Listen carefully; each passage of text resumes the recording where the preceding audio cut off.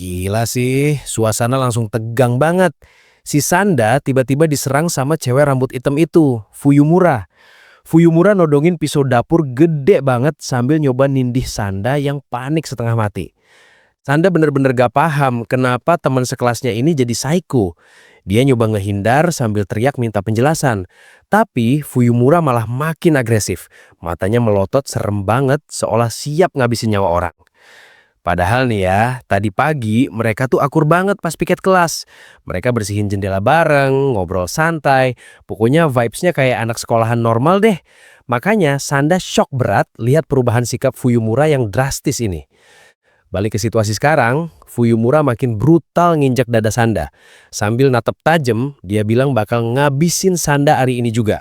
Anjir, itu ancaman serius banget. Mukanya nggak ada bercandanya sama sekali. 絶対に殺 Tapi kocaknya si Sanda ini bego banget. Dia malah salah nangkap omongan ngabisin itu sebagai kode cinta. Dia mikir Fuyumura mau nembak dia sebelum hari berakhir. Mukanya langsung merah merona, GR parah mikir ini momen romantis. Temennya yang pakai jaket merah, Amaya, nyoba nyadarin dia. Amaya bilang Fuyumura itu lagi stres berat gara-gara temen dekatnya Ono meninggal dunia. Jadi tindakan nekat Fuyumura itu sebenarnya tanda depresi, bukan cinta. Pas mereka di luar, tiba-tiba turun salju. Padahal ini bulan Desember yang harusnya nggak mungkin ada salju di daerah situ. Amaya kaget banget, tapi Sanda malah ngerasa ada yang aneh sama badannya pas kena salju. Jantung Sanda tiba-tiba berdetak kenceng banget sampai sakit. Dia ambruk ke tanah sambil megangin dadanya. Amaya panik mau minjemin jaket merahnya, tapi Sanda nolak karena dia ngerasa panas dalam, padahal cuaca lagi dingin gila. くそ死ぬほど胸がドキドキする Di kelas, Fuyumura nyamperin Sanda lagi. Sanda udah deg-degan nunggu ditembak. Taunya Fuyumura cuma minta penghapus. Ternyata Fuyumura lagi ngejalanin ritual aneh, minta barang ke anak terpilih di hari bersalju. Fuyumura maksa Sanda buat maki jaket merah punya sekolah. Sanda nolak mentah-mentah sambil ngegas bilang kalau dia ngelakuin semua kebaikan itu murni karena suka sama Fuyumura, bukan karena dia keturunan Santa Claus atau apalah. Karena Sanda keras kepala nggak mau pakai baju merah, Fuyumura nekat nusuk dia pakai pisau. Gila, darah langsung muncrat kena jaket merah yang dipegang Sanda. Fuyumura benar-benar ngelakuin segala cara biar syarat merah itu terpenuhi. あれ本気だったのか Sambil Sanda sekarat, Fuyumura ngejelasin alasan sebenarnya. Teman mereka, Ono, sebenarnya belum mati tapi hilang secara misterius. Fuyumura yakin Ono masih hidup dan butuh kekuatan Santa Claus buat nemuin dia. Fuyumura nangis kejar di depan Sanda yang udah lemes. Dia mohon-mohon biar Sanda mau berubah jadi Santa, karena cuma itu satu-satunya harapan buat nyelamatin Ono. Lihat cewek yang disukainya putus asa gitu, Sanda jadi nggak tega. Akhirnya Sanda make jaket merah berdarah itu.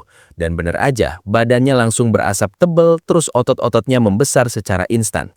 Dia berubah dari bocah kurus jadi kakek-kakek kekar berotot. Inilah wujud asli Santa Claus. Meskipun badannya udah jadi om-om kekar, mental Sanda masih bocah. Dia bingung sendiri lihat perubahan fisiknya. Sementara Fuyumura malah lega karena rencananya berhasil. Luka tusuk di perutnya juga langsung sembuh total. Sanda alias Santa ini panik lihat tangannya yang keriput dan matanya yang jadi rabun dikat. Dia sadar kalau dia udah kehilangan masa mudanya demi jadi Santa. Suaranya juga berubah jadi berat banget, bikin dia makin depresi. Terus dia nemu solusi konyol. Ternyata kalau dia makan permen gummy kesukaannya, dia bisa balik lagi jadi wujud bocah. Dia seneng banget bisa muda lagi, seolah-olah nggak baru aja ngalamin transformasi horor. Balik ke kelas dalam wujud bocah, Fuyumura bisikin hal gila lagi. Dia bilang dia udah masang bom di lab IPA yang bakal meledak sejam lagi. Dia mau ngetes apakah Santa Claus beneran bisa nyelamatin orang atau enggak. Sanda panik setengah mati dan langsung teriak nyuruh semua orang keluar. Tapi karena dia cuma dianggap murid biasa yang lagi stres, gak ada yang percaya sama omongannya, malah dikira lagi melindur. Saking putus asanya, Sanda ngerangkak di lantai nyari bom itu sendirian. Guru sama teman-temannya cuma liatin dia dengan tatapan aneh, sementara dia keringat dingin mikirin nyawa satu kelas yang terancam. Tiba-tiba, Sanda yang udah berubah jadi Santa lagi di luar layar, mendobrak masuk kelas. Dia pura-pura jadi teroris dan ngancem bakal ngebunuh semua orang kalau nggak keluar. Strategi gila biar pada kabur. Setelah kelas kosong, Santa nyamperin Fuyumura. Dia bilang dia udah tahu lokasi bomnya, yang ternyata ditempel di badan Fuyumura sendiri. Fuyumura kaget Santa bisa tahu, padahal dia nyembunyiin itu rapet-rapet. Santa meluk Fuyumura erat-erat pas bomnya meledak. Ledakannya dahsyat banget, sampai ngancurin dinding sekolah. Tapi gokilnya, Santa nahan semua ledakan itu pakai badannya sendiri biar Fuyumura nggak kenapa-napa. 妨害しただけだよ。ついでに爆弾。 Di tengah puing-puing yang kebakar, Santa berdiri tegak luka tanpa luka sedikit pun. Dia bilang api segitu mah nggak ada apa-apanya. Fuyumura akhirnya percaya kalau Sanda emang Santa Claus asli yang bisa diandelin buat nyari Ono. Oke, lanjut lagi nih. Suasana di asrama cowok mendadak heboh gara-gara si Fuyumura nekat masuk ke kamar mereka. Padahal itu area terlarang buat cewek, tapi dia santai aja bawa kardus gede. Ternyata dia cuma mau nganterin stok permen favorit buat si Sanda. Si Sanda sih seneng-seneng aja dapet jajan, tapi teman-teman sekamarnya pada shock berat lihat ada cewek nyasar ke situ. Habis Fuyumura pergi, si Iori sama yang lain langsung interogasi Sanda. Mereka curiga ada hubungan apa, tapi si Sanda dengan polosnya bilang nggak ada apa-apa, cuma urusan permen doang. Nah, pas lagi makan, si Iori makin ngegas. Dia protes kenapa Fuyumura tadi pakai baju bebas yang agak terbuka, bukan seragam. Si Sanda baru sadar dan malah jadi panik sendiri mikirin itu. Balik ke kamar, si Amaya nyoba nenangin Sanda yang lagi galau. Dia bilang wajar kalau anak-anak pengen tetap jadi anak kecil. Tapi tiba-tiba, si Amaya ngaku kalau dia tahu rahasia identitas aslinya Sanda. Belum sempat Sanda nanya maksudnya apa, si Amaya langsung nyetrum Sanda pakai alat kejut listrik. Anjir, ternyata si Amaya ini musuh dalam selimut cuy. Sanda sadar, dia udah dalam wujud kekarnya alias wujud Santa. Dan posisinya diikat di kursi bareng Fuyumura. Ternyata mereka disekap di lab sains tua yang udah hancur. Si Amaya muncul dengan tampang licik banget. Dia ngaku kalau dia ngeliat kejadian waktu Sanda berubah jadi Santa sebelumnya. Dia sengaja nyulik mereka buat manfaatin kekuatan itu. Gila sih ini bocah. Dia manfaatin hukum perlindungan anak buat ngelakuin kejahatan. Dia ngerasa bebas ngapa-ngapain karena masih di bawah umur, termasuk nyiksa orang dewasa kayak Sanda. Terus si Amaya ngasih syarat gila. Dia bakal lepasin mereka kalau Sanda mau nyium Fuyumura di situ juga. Jelas aja Sanda nolak mentah-mentah. Soalnya bagi Santa, nyentuh anak kecil itu haram hukumnya. Fuyumura yang panik malah nyuruh Sanda buat nyium aja biar mereka bisa kabur. Tapi Sanda tetap kekeh sama prinsipnya. Gen Santa di badannya nolak buat ngelakuin hal itu. Akhirnya Sanda murka banget. Dia mutusin tali pengikatnya dengan gampang, terus tiba-tiba dari telapak kakinya tumbuh papan ski tajam kayak pedang. Wujud tempurnya makin sangar cuy. Tanpa 時の時間だ。クソが。 basa-basi, Sanda langsung ngasih tendangan maut ke arah Amaya. Saking tajamnya itu ski, lantai beton aja sampai kebelah jadi dua. Amaya langsung kicep ngeliat kekuatan segila itu.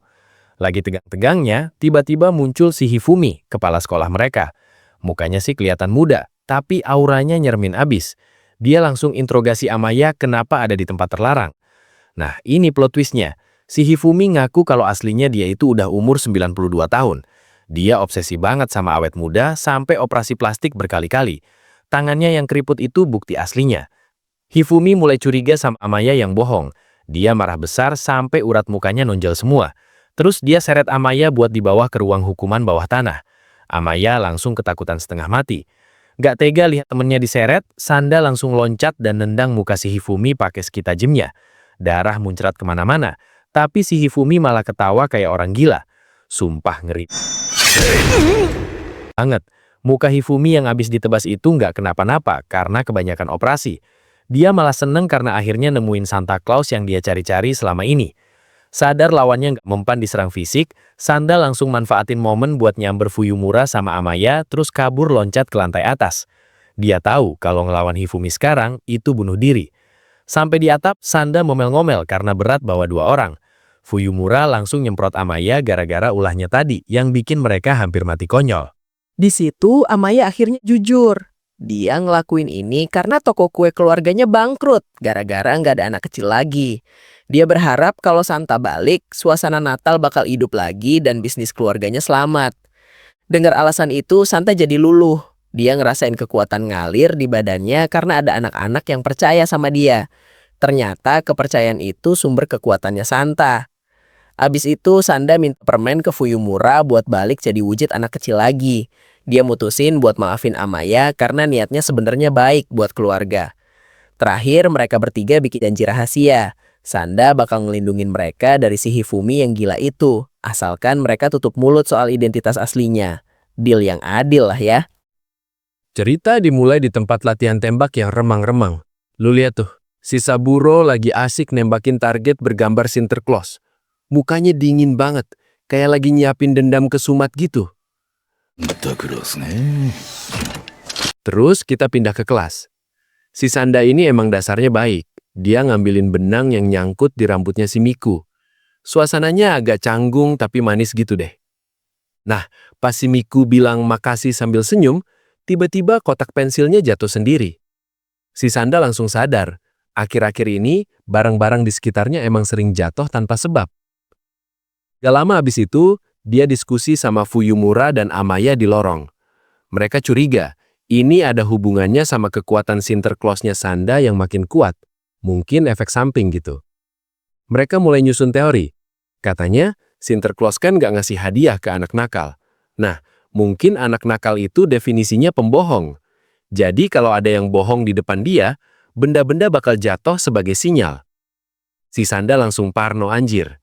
Dia mikir jangan-jangan si Miku tadi bohong pas bilang gak apa-apa rambutnya dipegang. Dia langsung ngehayal kalau sebenarnya si Miku jijik sama dia. Mukanya stres banget tuh. Lagi panik-paniknya, malah ketemu si Hifumi, kepala sekolah yang nyeremin itu. Dia langsung nyegat mereka bertiga dan natap tajam banget ke arah Sanda. Biar si Sanda nggak ketahuan, si Fuyumura nekat bohong. Dia bilang dia suka sama Sanda. Gila, saking gedenya kebohongan itu, lampu lorong di atas mereka sampai meledak jatuh.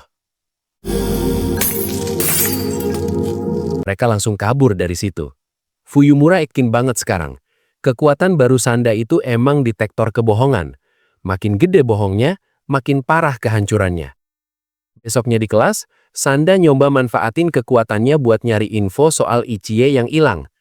Dia nanya ke teman-teman sekelasnya, berharap ada yang keceplosan atau bohong. Tiba-tiba ada cewek yang nyeletuk kalau Ichie udah mati. Detik itu juga, tumpukan buku jatuh sendiri. Sanda langsung tahu, itu bohong. Berarti Ichie masih hidup. Tapi saking banyaknya suara kebohongan di kelas itu, si Sanda nggak kuat nahan beban mentalnya. Dia langsung ambruk pingsan. Matanya sampai muter ke belakang saking stresnya. Pas sadar, dia makin depresi dengerin suara kehancuran dari setiap kebohongan kecil di sekitarnya. Fuyumura yang ngelihat itu langsung ambil tindakan ekstrim buat nyadarin dia. Fuyumura sengaja ngomong bohong kalau dia nggak peduli sama Ichie, ngambil ngancurin barang-barang. Dia bahkan sampai nonjok pecahan kaca buat biar tangannya berdarah, cuma buat buktiin dia rela sakit demi Sanda. Dia janji nggak bakal bohong ke Sanda kecuali dia siap nanggung akibatnya. Sanda yang terharu campur kaget, tiba-tiba jantungnya berdegup kenceng banget. Gara-gara lonjakan emosi itu, tubuh Sanda langsung berubah jadi wujud Sinterklas yang kekar dan tua. Bajunya sampai sobek semua, kocak banget ekspresinya. Malamnya pas mereka mau pulang, tiba-tiba mereka ngelihat sosok cewek di dalam kelas yang gelap. Itu jelas banget si Ichie yang mereka cari-cari. Mereka langsung ngejar, tapi si Ichie malah lari ketakutan. Sanda yang udah balik ke wujud anak kecil nyoba ngejar sekuat tenaga, tapi tetap aja kehilangan jejak. Besoknya, sekolah gempar. Ada pengumuman kalau bakal diadain upacara pemakaman buat Ichie. Padahal kan mereka baru aja ngelihat dia masih hidup semalam. Aneh banget kan? Hifumi mimpin persiapan upacaranya. Semua orang disuruh pakai baju merah. Katanya sih buat ngerayain pelepasan jiwa anak-anak. Tapi senyumnya Hifumi tuh mencurigakan abis. Sanda nyelinap ke gedung olahraga buat mata-matain persiapan itu. Dia kaget banget ngelihat dekorasinya yang mewah dan meriah. Gak kayak orang mau layat sama sekali. Ternyata benar dugaannya. Hifumi ngaku ke pasukannya kalau pemakaman ini cuma pancingan buat nangkep Sinterklas. Dia tahu, Sinterklas bakal muncul kalau ada urusan sama Ichie. Di situ juga ada Saburo. Dia kelihatan malas-malesan, tapi Hifumi bilang dia itu senjata andalan mereka karena pernah ngelukain Sinterklas parah banget 20 tahun lalu. Pas Sanda lagi ngintip di luar bareng temen-temennya, si Saburo malah nyamperin Sanda. Dia bukannya nangkep, malah ngeledekin Sanda soal cinta monyetnya sama Fuyumura. Tapi Sanda udah bulat tekadnya. Dia bilang bakal bikin Fuyumura senyum lagi apapun caranya. Saburo yang dengar itu malah jadi baper, ingat masa mudanya. Tapi tetap nodongin pistol. 笑わせる。そのために俺は。 Gila, tanpa babi bu, si Saburo langsung nembakin si Sanda yang lagi wujud Santa kekar itu. Darah muncrat kemana-mana, tapi si kakek ini badak banget. Ditembak berkali-kali masih bisa berdiri. Saburo kaget setengah mati. Gak nyangka Santa Claus terbaru ternyata aslinya bocah ingusan. Tapi ya tetap aja, dia kokang pistol lagi. Niat banget mau ngabisin si Sanda biar dia bisa naik jabatan. Si Sanda malah balas nonjok. Saking kuatnya itu tonjokan, asap debu sampai ngebul parah nutupin pandangan. Kocaknya, abis nonjok dia malah minta maaf karena nggak bisa ngontrol tenaganya sendiri. まだ力加減がわからなくて。おい Pas asap hilang, mereka malah jadi awkward di dalam gudang. Saburo ngecek tanda lahir di tangan si kakek dan sadar kalau ini benar-benar Santa asli. Si Sanda malah meluk dia buat nenangin. Tapi ya tenaga badak, Saburo hampir remuk di peluk. Terus Saburo sadar satu hal fatal. Si Santa ini telanjang bulat. Sanda jadi ingat pas dia ngecek aset masa depannya di toilet dan ya ternyata barang dewasanya lengkap. Sumpah awkward banget suasananya. Saburo langsung mode serius lagi. Dia bilang harus nangkap si Sanda. Sanda bingung, emang dia seberbahaya itu. Saburo bilang keberadaan Santa itu sendiri yang bahaya buat tatanan negara. Saburo mulai ceramah. Katanya di negara yang udah diatur kaku ini, mimpi sama harapan itu racun. Anak-anak cuma perlu patuh, makanya sosok Santa yang bawa harapan itu harus dimusnahkan biar nggak ngerusak mental anak-anak. Dengar itu Santa malah lega. Dia sadar kalau dia bukan penjahat, cuma pembawa mimpi. Langsung deh dia bangkit dengan pede, siap melawan demi anak-anak, gak peduli lagi soal penampilannya. Baku hantam lanjut lagi. Sanda ngejebol tembok gudang sampai hancur lebur. Saburo nembakin dia berkali-kali tapi pelurunya kayak nggak mempan sama otot beton si Santa. Sementara itu di haula sekolah, upacara pemakaman Ono lagi berlangsung. Suasananya suram banget. Tapi si Fuyumura malah kepikiran hal lain gara-gara ngelihat aset si Sanda tadi. Sampai ngebayangin patung David segala. Balik keluar, pertarungan makin gila. Sanda nyabut tiang besi atau apalah itu buat jadi senjata. Saburo kewalahan. Dia sadar kalah telak kalau adu fisik sama monster ini. Di dalam aula, si kepala sekolah Hifumi lagi pidato sok bijak. Dia bilang nggak usah berdoa, nggak usah sedih, anggap aja ini efisiensi hidup. Dingin banget omongannya, bikin Sanda di luar makin panas. Sanda udah nggak tahan denger omong kosong itu. Dia loncat tinggi banget ke udara, terus brak. Dia ngejebol atap aula dan mendarat telanjang bulat tepat di atas altar bunga. Semua murid, guru, termasuk si Hifumi, langsung cengok, nggak bisa ngomong apa-apa lihat kakek-kakek telanjang jatuh dari langit. Suasana pemakaman langsung bubar jalan. Dengan santainya, Sanda bangkit dari tumpukan bunga. Dia ngatupin tangan, berdoa di depan foto Ono. Dia janji bakal nemuin Ono, seolah-olah yakin kalau cewek itu belum bener-bener hilang. Besoknya, satu sekolah heboh parah. Mereka nganggap kejadian kemarin itu penampakan dewa. Sanda yang udah balik jadi wujud bocahnya, panik setengah mati dengar gosip itu, takut ketahuan. Di sisi lain, Saburo lagi nelpon atasannya sambil frustasi. Dia lapor kalau Santa berhasil kabur. Dia tahu banget kalau dia udah ngelepasin tangkapan kakap. Di lorong sekolah makin kacau. Teman-temannya pada jualan merchandise Dewa Telanjang. Sanda makin stres. Dia ngerasa dosa banget, udah bikin satu sekolah jadi sesat begini. Sorenya di kelas pas lagi sepi, Fuyumura nyamperin Sanda. Bukannya marah, dia malah makasih banget karena Sanda udah ngancurin pemakaman yang munafik itu. Dia ngerasa lega. Suasana jadi mellow banget. Fuyumura ngaku kalau dia sebenarnya rapuh. Sanda yang nggak tega lihat Fuyumura sedih, nekat berubah jadi wujud Santa dewasanya lagi di dalam kelas buat meluk dia. Sanda meluk Fuyumura yang nangis sesenggukan. Dia sadar, meskipun jadi dewasa itu berat dan nakutin, dia rela ngelakuin itu demi ngelindungin senyur temennya ini. Suasana lagi hujan deres banget, dan di kedai ramen, si Saburo lagi ngobrolin teori gila bareng temen-temennya. Katanya, jantung Sinterklas bakal berhenti berdetak kalau dia jatuh cinta sama anak kecil. Saburo kelihatan frustasi banget. Dia tahu Sinterklas itu sebenarnya nggak bisa mati, kecuali ada kondisi khusus yang terpenuhi. Nah, dia lagi nyari celah itu.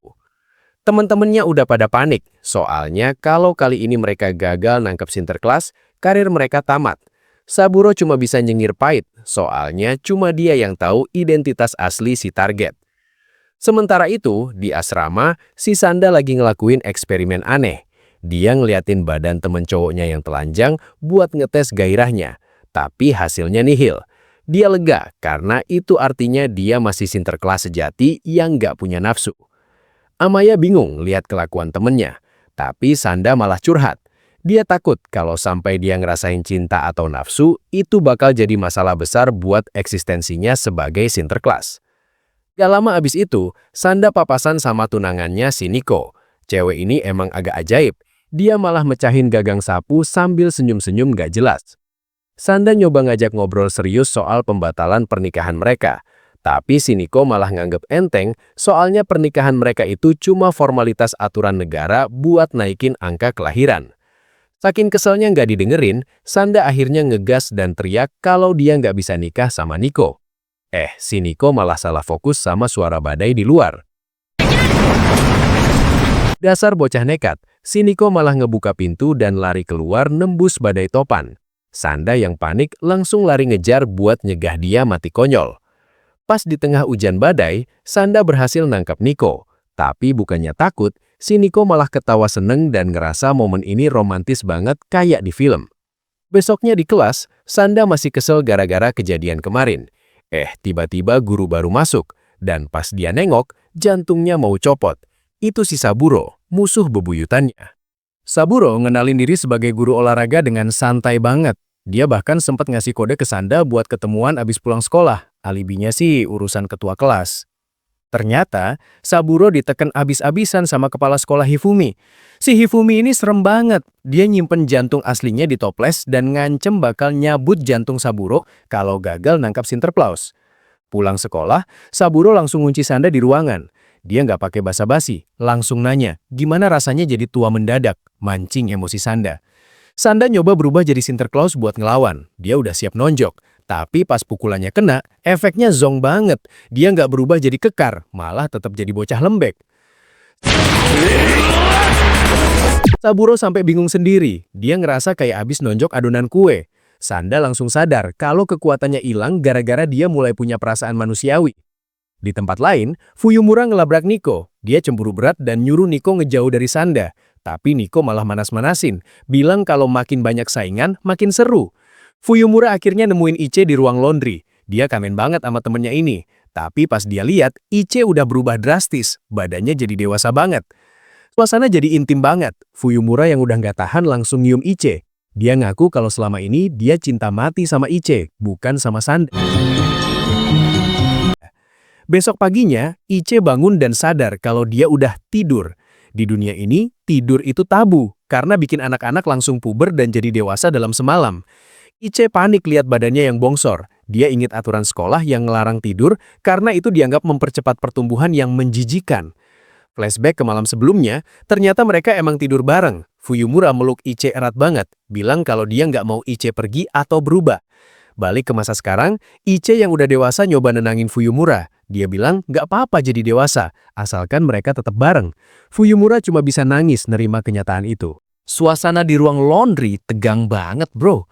Si Hifumi akhirnya nemuin mereka dan langsung nuduh si Iche yang udah berubah wujud jadi dewasa itu sebagai penyusup yang harus dihukum. Terus si Hifumi malah nyerocos soal air mata. Dia megang tangan si Iche kasar banget sambil bilang kalau air mata itu kotoran paling menjijikkan dari tubuh manusia. Gila sih logikanya, dia bilang orang dewasa jadi cengeng karena kebanyakan makan garam kehidupan alias trauma. Intinya, dia mau nyingkirin si Iche karena dianggap produk gagal yang nggak bisa maju ke depan. Di balik tumpukan mesin cuci, si Amaya udah gatel pengen nolongin tapi ditahan sama si Sanda. Si Sanda sadar diri kalau dalam wujud bocil gitu, dia nggak punya kekuatan apa-apa buat ngelawan. Pas si Hifumi udah ngangkat tongkatnya mau ngegebuk si Iche, si Sanda akhirnya nekat keluar. Dia langsung teriak ngaku-ngaku kalau dia itu Santa Claus biar perhatian musuhnya kealih. Santa Claus! Nah, pas si Hifumi nengok kaget, tiba-tiba kejadian absurd banget. Mata kirinya copot, terus jatuh gelinding ke lantai. Anjir, ternyata itu mata palsu. Saking kagetnya sampai lepas sendiri dong. Abis mungut matanya lagi, si Hifumi malah senyum creepy. Sementara itu, si Sanda langsung lari nyebur ke tumpukan baju kotor buat nyari momen berubah wujud. Gak pakai lama, tumpukan baju itu meledak dan si Sanda muncul dengan wujud Santa Claus-nya yang keker. Dia udah siap tempur lengkap pakai outfit merah andalannya. Si Hifumi bukannya takut, malah nantangin duel. Dia ngajak taruhan. Kalau dia menang, si Sanda bakal diserahin ke pasukan khusus. Tapi kalau Santa yang menang, si Iche boleh balik sekolah. Terus ada flashback ngeri bro. Ternyata si Hifumi ini umurnya udah 92 tahun. Dia obsesi banget sama awet muda sampai rela ngejalanin puluhan operasi plastik yang nyiksa banget. Gara-gara sering nahan sakit pas operasi, si Hifumi jadi kebal rasa sakit. Dia bahkan bisa jalan santai abis operasi ganti organ dalam. Gila, mentalnya udah baja banget ini orang. Balik ke pertarungan, si Sanda ternyata kewalahan. Gerakannya lambat banget dan gampang dipatahkan sama si Hifumi yang lincah parah meskipun tua. Si Amaya sama yang lain sadar kalau kekuatan Santa itu asalnya dari kepercayaan anak-anak. Nah, cara paling ampuh buat nunjukin kepercayaan itu adalah dengan tidur nyenyak pas malam Natal. Tanpa babi bu, mereka bertiga langsung maksa tidur di situ juga. Ajaibnya, begitu pules, aura si Sanda langsung meledak. Badannya jadi makin gede dan powernya balik full. Sekarang gantian bro. Si Sanda nahan pedang si Hifumi pakai tangan kosong doang. Si Hifumi shock berat lihat pedangnya gak mempan sama sekali. Si Sanda langsung ngasih boge mentah telak ke muka si Hifumi. Saking kencengnya itu pukulan, si Hifumi sampai mental jauh dan nyungsap ke deretan mesin cuci. Tapi si Hifumi belum nyerah. Dia nyoba nyuntikin racun ke si Sanda. Sayangnya kulit Santa sekarang udah sekeras baja. Jarum suntiknya malah patah semua. Pas lagi keos-keosnya, tiba-tiba muncul nenek-nenek kecil lagi duduk santai minum teh di tengah medan perang. Itu si Toyo, ketua yayasan sekolah. Si Hifumi yang udah kalap nyoba nyerang si Toyo pakai pedangnya. Tapi gokil, si nenek cuma geser dikit dan si Hifumi langsung jatuh sendiri kayak orang bego. Si Toyo langsung nyeramahin si Hifumi. Dia bilang kalau mau awet muda tuh bukan pakai operasi, tapi pakai semangat. Terus dia injek si Hifumi sampai gak bisa bangun lagi. Habis itu, si Sanda yang udah balik mode cengeng minta diajarin jadi kuat sama si Toyo. Kocaknya, si Toyo malah gendong si Sanda yang badannya segede gaban itu kayak bayi. Sebelum pergi, si Toyo bilang ke si Sanda kalau dia mau ngubah sekolah ini, dia harus mulai dari benerin gedung yang udah dia hancurin. Si Hifumi ditinggalin gitu aja sambil dendam kesumat. Ceritanya dimulai di kelas. Si Amaya lagi muji-muji temennya, si Hajime, karena pinter banget. Tapi sebenarnya, di dalam hatinya, dia malah kepikiran sama si Sanda yang polos dan jujur banget orangnya. Gak lama habis itu, mereka bertiga ngumpul di atap. Tiba-tiba, si Amaya ngide buat mutusin hubungan persahabatan mereka. Alasannya, biar identitas si Sanda sebagai Santa gak ketahuan sama musuh mereka si Hifumi. Si Sanda jelas nolak mentah-mentah. Dia maunya tetap bareng sebagai teman. Tapi si Fuyumura malah setuju sama Amaya, karena menurut dia itu keputusan yang paling rasional buat keselamatan mereka. Gara-gara itu, si Amaya jadi ngambek parah sampai ngunci diri di kamar asrama. Teman-teman sekamarnya sampai gedeg banget nungguin di luar karena nggak bisa masuk. Malamnya, si Sanda nggak nyerah gitu aja. Dia nekat berubah jadi Santa, terus manjat dinding asrama buat nyamperin jendela kamarnya si Amaya. Gila kan usahanya? Pas Amaya buka jendela, dia kaget banget ngelihat si Sanda gelantungan di situ. Sanda bilang, biarpun dia kuat dan gede, dia tetap nggak bisa apa-apa tanpa bantuan si Amaya. Nah, apesnya, ada cewek dari kamar lain, si Nico, yang dengar suara berisik. Pas dia nengok keluar jendela, dia shock berat lihat ada Santa Claus lagi nempel di dinding gedung. Si Sanda hampir jatuh karena licin. Untungnya Amaya sigap nangkep tangannya. Terus tiba-tiba si Fuyumura nyebol pintu kamar dan gabung sama mereka. Akhirnya trio ini baikan lagi deh. Sementara itu, di tempat lain, si Hifumi lagi nyiksa bawahannya, si Saburo. Dia murka banget karena Saburo malah tidur pas dia lagi sibuk berantem sama Santa. Biar nggak dibunuh, si Saburo ngarang cerita. Dia bilang alasan dia nggak bantuin itu karena dia iri sama kecantikan si Hifumi yang awet muda. Beda sama Santa yang tua bangka. Si Hifumi malah termakan omongan manis itu. Saking seneng dipuji, tubuhnya ngeluarin hormon yang bikin luka-luka di wajahnya langsung sembuh seketika. Aneh banget kan? Besoknya, di sekolah, Amaya dicegat sama cewek aneh namanya Fumi. Cewek ini ngaku-ngaku sebagai tunangannya Amaya sambil masang muka yang nyermin abis. Terus si Fumi hampir nabrak si Niko yang lagi bawa pot tanaman. Awalnya dia kelihatan galak, tapi sedetik kemudian langsung berubah jadi sok manis dan nawarin bantuan. Mereka bawa pot itu ke kelasnya Fumi di lantai semi bawah tanah. Di situ Fumi ngebongkar rahasia gila kalau kelas itu isinya anak-anak yang pernah ngebunuh orang dewasa. Suasana makin tegang pas Fumi nanya soal rumor Santa yang sembunyi di sekolah. Dia natap mereka takjem banget, seolah tahu sesuatu. Amaya sama Niko langsung pamit dan kabur dari situ. Pas udah jauh, mereka baru berani napas lega saking takutnya sama aura membunuh di kelas itu. Tapi sialnya, gantungan kunci si Niko ketinggalan di sana. Amaya yang ngerasa bertanggung jawab akhirnya mutusin buat balik lagi ngambilin barang itu. Ternyata si Sanda dalam wujud Santa udah nyampe duluan di kelas itu. Dia masuk ke sana karena dapat petuah buat ngadepin sisi gelap sekolah ini. Pas Sanda nanya apa mau mereka, satu kelas langsung ngepung dia sambil bawa senjata tajam. Si Fumi mimpin mereka dengan senyum psikopatnya. Gila banget, permintaan mereka tuh bukan mainan, tapi mereka minta jempol aslinya si Santa. Si Fumi udah siap-siap mau motong pakai pisau daging gede. Fumi ngejelasin kalau sepatu bot sekolah itu sebenarnya belenggu buat ngekang mereka. Dia manfaatin rasa bersalah Sanda buat maksa dia nyerahin jempolnya. Tanpa ragu, si Fumi langsung ngayunin pisaunya ke arah Sanda. Terjadi ledakan dahsyat di dalam kelas itu sampai asap ngebul kemana-mana. Pas asapnya mulai hilang, Amaya sama Fuyumura baru nyampe di depan pintu kelas yang udah hancur lebur. Mereka telat sedetik buat nyegah kegilaan itu. Suasana kelas lagi kacau balau, tiba-tiba tembok jebol dan si Fuyumura muncul dari balik reruntuhan. Dengan muka datar, dia ngaku terpaksa ngancurin dinding cuma gara-gara pintunya dikunci. Lihat kelakuan barbar gitu, si Sanda yang lagi dalam wujud Santa langsung pamit undur diri. Dia keringatan parah, kayaknya grogi berat ngadepin cewek seagresif itu.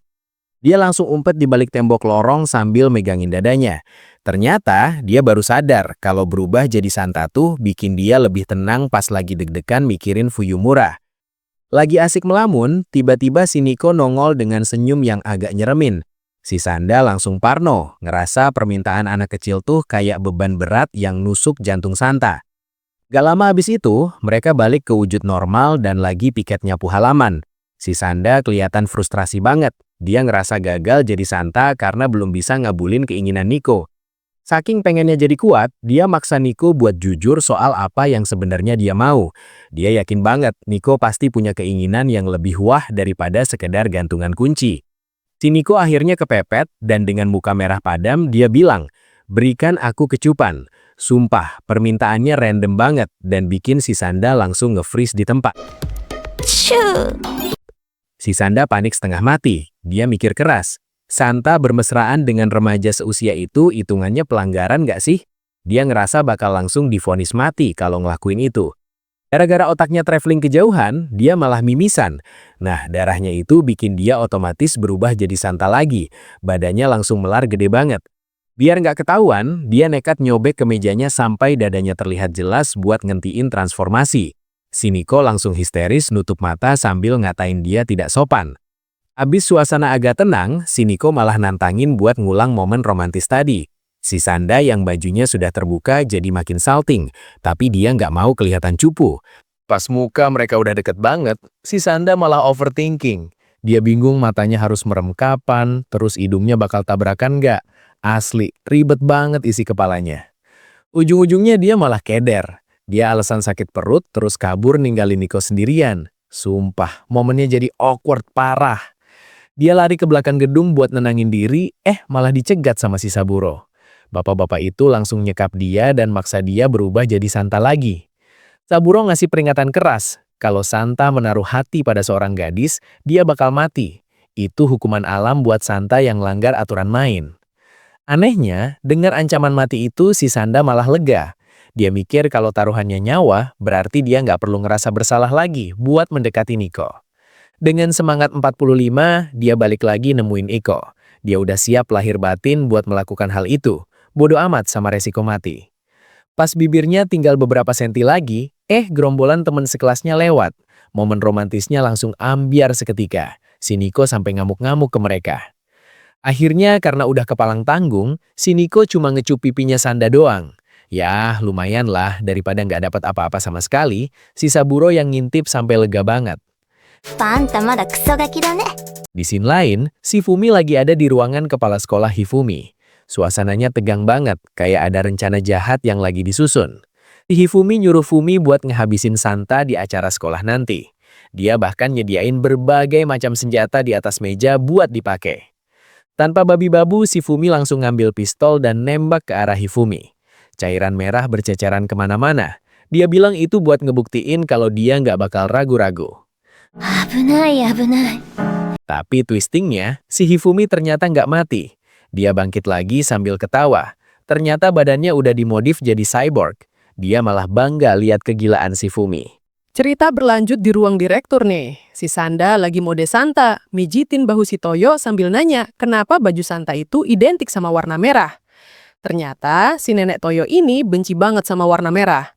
Katanya warna itu terlalu ngejreng, norak, dan maksa banget buat selera dia. Terus si Sanda minta diajarin berantem biar makin kuat.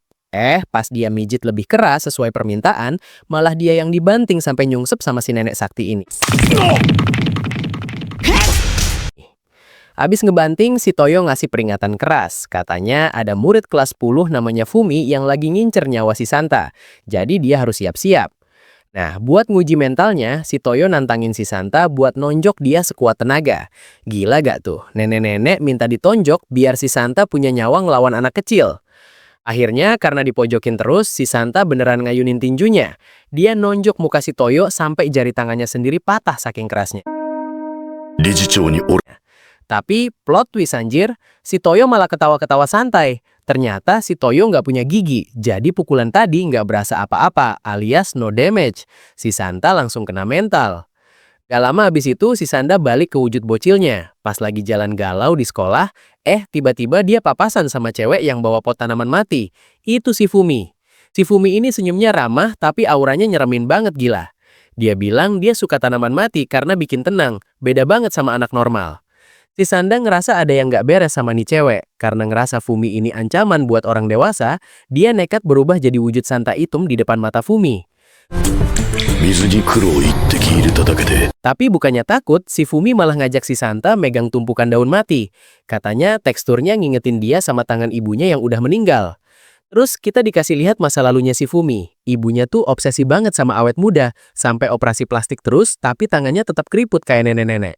Puncaknya ngeri banget. Ibunya jadi gila dan mau ngebunuh Fumi biar tetap muda. Akhirnya si Fumi terpaksa ngebunuh ibunya sendiri demi bertahan hidup. Balik ke masa sekarang, si Fumi malah senyum lega abis cerita itu. Si Santa yang dengerin jadi ngerasa bersalah dan nyoba ngelepasin tangannya, tapi ditahan erat banget. Pas ditanya namanya, si Santa keceplosan nyebut Sanda. Si Fumi langsung senyum psikopat dan bilang dia nggak sabar buat ngebunuh si Sanda nanti. Gara-gara itu, si Sanda jadi paranoid. Dia nyeret temennya si Amaya ke gym dan maksa buat nembakin dia pakai pistol biar badannya kebal sama serangan anak kecil. Si Amaya sebenarnya ogah banget, tapi dipaksa terus. Akhirnya dia nembak si Sanda berkali-kali sampai badannya bolong-bolong, tapi si Sanda malah minta lagi. Sumpah kasihan banget si Amaya. Dia sampai nangis-nangis nembakin temennya sendiri. Si Sanda bener-bener udah gila demi jadi kuat ngelawan si Fumi. Habis latihan gila itu, mereka makan ramen bareng. Si Amaya masih trauma berat banget. Tapi si Sanda dengan entengnya bilang luka fisiknya bakal sembuh, padahal mental temennya hancur. Di tempat lain, si Fuyumura lagi dipakein kutek sama si Ono. Suasananya agak canggung gitu, apalagi pas si Fuyumura ngaku kalau dia suka sama si Ono. Terus si Fuyumura nanya pendapat Ono soal badannya kalau telanjang. Si Ono malah jawab datar banget kalau mereka udah sering lihat-lihatan, bikin si Fuyumura makin sedih. Si Fuyumura ngerasa si Ono udah berubah jadi orang dewasa yang ngebosenin dan gak nganggap dia lagi. Dia nangis kejer karena ngerasa ditinggalin sendirian sebagai anak kecil. Pas si Fuyumura lagi galau barat di wastafel, tiba-tiba di cermin muncul bayangan si Hifumi. Dia nyeringih licik banget, kayaknya bakal manfaatin kegalauan si Fuyumura nih. それでも第二子成長期を Cerita dimulai pas Senja lagi cakep-cakepnya nih. Ada si Saburo versi remaja umur 15 tahun yang lagi ngeliatin matahari terbenam. Katanya sih ini momen paling estetik buat anak muda.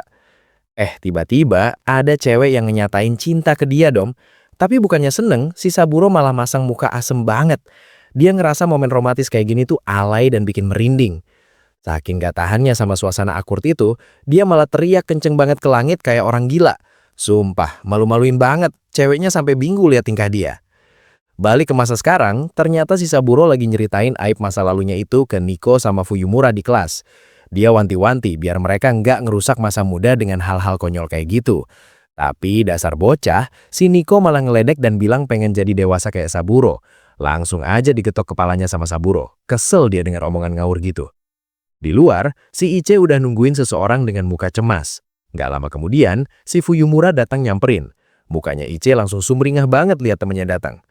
Suasana festival makin rame. Si Nico sama Sanda yang lagi nyamar jadi cewek kelihatan asik banget jalan-jalan.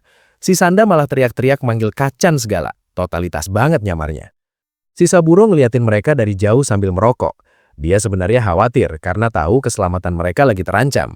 Tapi dia berusaha tetap cool dan gak mau ngerusak kesenangan bocah-bocah itu. Pas lagi sendirian di gang sepi, si Saburo dicegat sama Fumi. Cewek ini senyum-senyum serem sambil mainin pistol.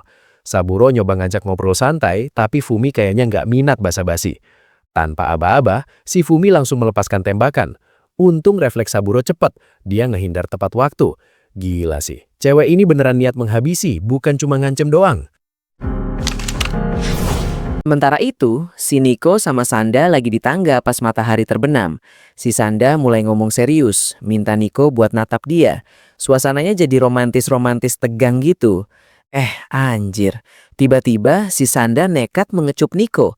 Nico langsung shock berat, mukanya merah padam. Sanda sendiri malah kaget karena sadar dia barusan lancang sama Nico, sampai badannya ngeluarin asap. 元キス Belum kelar kagetnya, si Sanda malah mengulanginya lagi. Kali ini lebih intens. Sumpah, ini kocak banget. Si Nico sampai kesulitan napas dibuatnya. Balik ke pertarungan orang dewasa, si Saburo akhirnya kena tembak di lengannya. Cairan merah mengalir, tapi dia masih bisa nyengirin dan bilang kalau ini tuh cara dia menikmati hidup. Dasar aneh. Tiba-tiba dari atas gedung jatuh sosok gede banget. Itu Hifumi alias Black Santa. Dia mendarat tepat di depan Fumi, siap buat ngambil alih pertarungan. Saburo langsung minggir, tahu diri dia. Gak lama kemudian muncul pasukan cewek-cewek yang mukanya mirip semua sama Fumi, bawa macam-macam senjata. Mereka langsung ngeroyok Hifumi rame-rame. Tapi si Hifumi ini emang monster. Dia nggak mukul balik, tapi malah mendekap mereka satu-satu sampai pingsan. Katanya sih ngasih mimpi indah, tapi liatnya ngeri banget anjir, kayak beruang meremukan boneka. クリスマスみたいな夢見させ Si Fumi nggak terima, temen-temennya digituin. Dia langsung menembak kepala Hifumi dari jarak dekat. Dor, cairan merah merpecik ke tembok, tapi si Hifumi malah ketawa setan. Gila, ini orang apa monster sih? Di tempat lain, si Iche lagi ngobrol sama Fuyumura. Iche nguji-muji Fuyumura abis-abisan, bilang kalau dia suka banget sama gaya Fuyumura yang cuek tapi sebenarnya perhatian. Sweet banget sih ini. Terus si Iche minta Fuyumura buat fokus ke dia doang aja. Dia pengen nikmatin momen senja ini berdua aja, tanpa gangguan. Kelihatan banget si Iche ini mendem perasaan yang dalam banget ke Fuyumura. Tapi akhirnya Ichi sadar kalau Fuyumura nggak punya perasaan romantis ke dia. Dia senyum pahit sambil bilang kalau anak-anak itu emang kejam, karena bisa bikin orang patah hati tanpa sadar. Suasana makin tegang bro. Si Fumi udah nodongin pistol tepat ke arah Sanda yang lagi mode Santa. Sanda sendiri udah babak belur parah. Dan dia sadar kalau ini bakal jadi pertarungan tanpa akhir karena dia lupa satu hal fatal. Betapa ngerinya seorang bocah. Pas si Fumi lagi ketawa jahat sambil siap-siap nembak, tiba-tiba dari samping Fuyumura datang dan langsung ngasih bogem mentah telak banget ke mukanya Fumi. Gila, itu pukulan kenceng banget sampai Fumi mental. Abis nonjok, Fuyumura langsung ngegas. Dia bilang biarpun badannya bongsor kayak orang dewasa, tapi jiwanya tuh masih bocah nakal tulen, persis kayak Sanda. Makanya dia nekat datang buat nyelamatin temennya itu. Terus ada kilas balik bentar pas Saburo lagi ngobrol sama Fumi kecil pas senja. Saburo ngejelasin filosofi kenapa upacara kedewasaan diadain pas senja. Katanya sih momen itu mirip sama umur 15 tahun yang indah tapi rapuh banget. Balik ke masa sekarang, Fuyumura langsung narik Sanda yang udah bonyok buat kabur. Dia teriak kalau kekerasan udah cukup dan mereka nggak boleh ngeladenin Fumi lagi. Akhirnya mereka berdua lari ninggalin Fumi yang masih syok di tanah. Tapi si Fumi ini emang gila. Dia malah jalan santai di tengah festival sambil nodong-nodongin pistol. Dia bilang dia bakal ngebunuh orang dewasa yang nyusup, tapi dia mau hemat peluru khusus buat ngabisin si Santa nanti. Nah, pas lagi lapar, dia ngeliat ada cowok pakai baju yang ada angka 10-nya di punggung.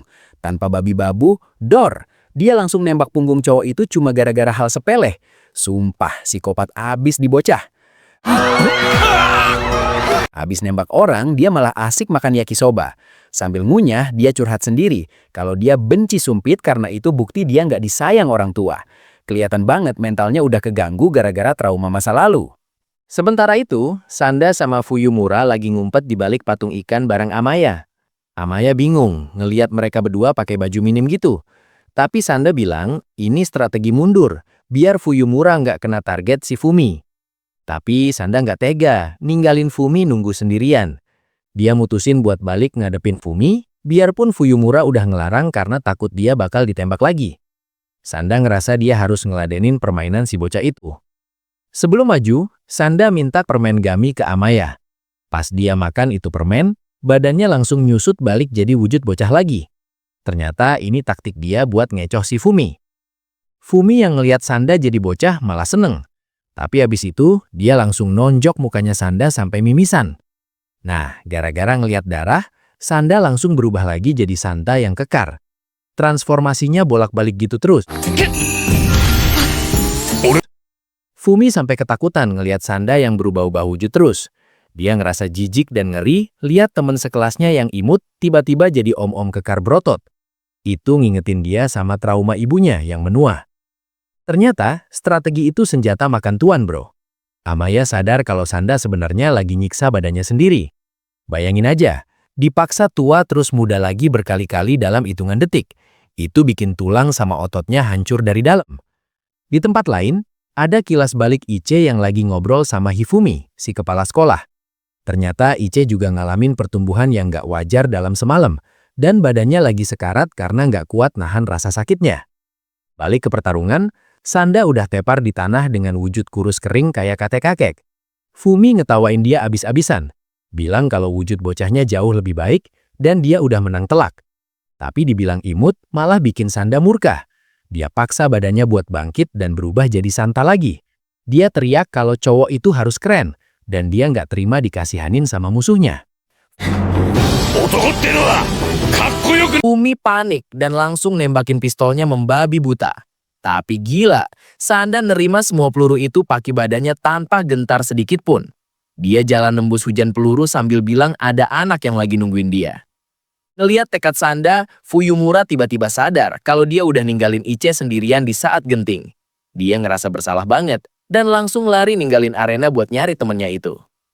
Sanda udah siap ngeluarin jurus pamungkasnya buat ngalahin Fumi. Ternyata jurusnya itu pelukan bobo. Teknik meluk anak kecil sampai pingsan. Amaya sampai bengong dengar nama jurusnya. Fumi yang dengar itu langsung kabur ketakutan. Dia teriak-teriak histeris kalau dia nggak mau dipeluk sama siapapun selain orang tertentu. Trauma masa lalunya benar-benar bikin dia nolak kasih sayang dari orang lain. Tiba-tiba, gudang di dekat situ kebakaran hebat. Fumi kejebak di tengah api dan udah pasrah. Tapi di detik terakhir, Sanda dengan wujud santanya nerobos api dan ngegendong Fumi keluar dengan selamat. Heroik banget anjir. Fumi-chan.